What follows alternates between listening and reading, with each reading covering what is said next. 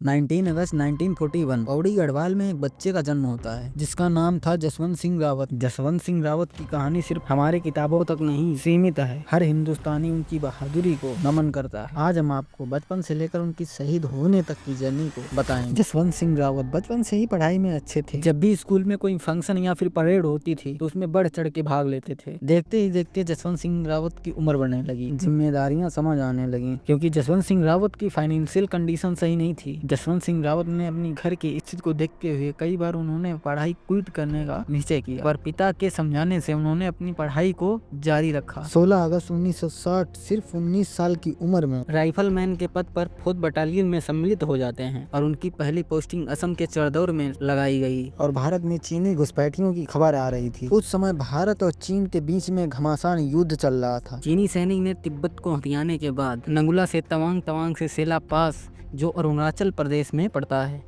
उसे भी हथियाने का प्लान किया। और उसी समय फोर्थ गढ़वाल राइफलमैन जसवंत सिंह रावत और उनके साथियों को वहीं पर पोस्टिंग लगाई गई ताकि चीनी सैनिकों को रोका जा सके। और 20 अक्टूबर 1962 को साइनो वार स्टार्ट हो गया। जसवंत सिंह रावत और उनके फोर्थ गढ़वाल राइफलमैन ने डटकर सामना किया, लेकिन चीनी सैनिक के मुकाबले भारत के बहुत ही कम सैनिक तवांग वैली पर पोस्टेड थे। यह देखकर जसवंत सिंह रावत के सीनियर ऑफिसर ने तवांग वैली पर और भी डिफेंस भेजने की मांग की, लेकिन तवांग वैली पर डिफेंस पहुंचाना बहुत ही मुश्किल था और 10,000 फीट ऊंची तवांग वैली पर डिफेंस पहुंचाने से सीनियर ऑफिसर ने मना कर दिया और उन्हें तवांग से वापस सेला पास जाने को कहा ताकि वहां से उन्हें डिफेंस मिल सके। लेकिन जसवंत सिंह रावत ने पीछे जाने से साफ मना कर दिया, जबकि जसवंत सिंह रावत को पता था चाइनीज आर्मी हमसे कई गुना ज्यादा है और हमारे पास असला भी बहुत कम है। चाइनीज का फोर्ट हमला बहुत ही घातक था क्योंकि फोर्ट गढ़वाल के काफी सैनिक मारे जा चुके थे। चीनी सैनिक यमनजी की गोलीबारी से भारतीय सैनिकों के पास आने में कामयाब रहे। फिर जसवंत सिंह रावत ने एक मिशन चालू किया। उसमें त्रिलोक सिंह नेगी और गोपाल सिंह गोसाई को सम्मिलित किया और उनके बंकर को ग्रेनेड से उड़ा दिया। एमएमजी मशीन को छीन लिया। चीनी सैनिकों से एमएमजी मशीन तो छीन ली,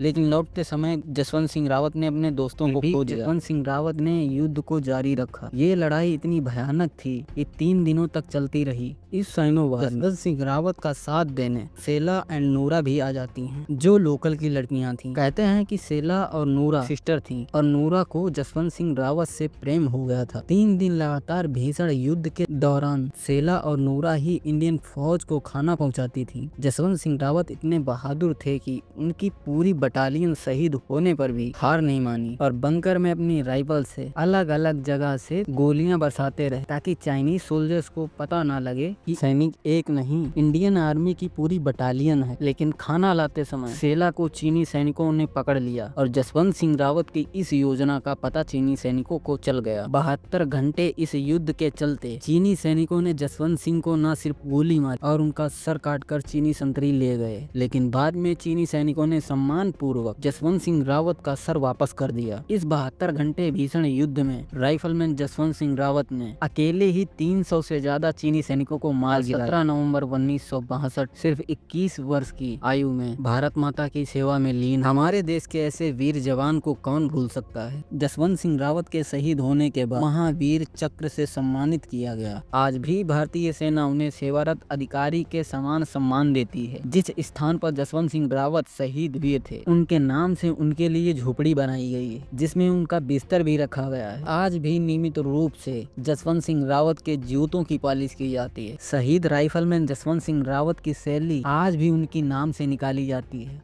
और नियम के अनुसार छुट्टी और उनका प्रमोशन भी होता है। ऐसे जाबाज सैनिक को कौन नहीं सैल्यूट करेगा जो अपनी मिट्टी के लिए जान दांव पर लगा दी। और अरुणाचल प्रदेश की वो चोटियां आज भी एक अमर शहीद को दर्शाती हैं।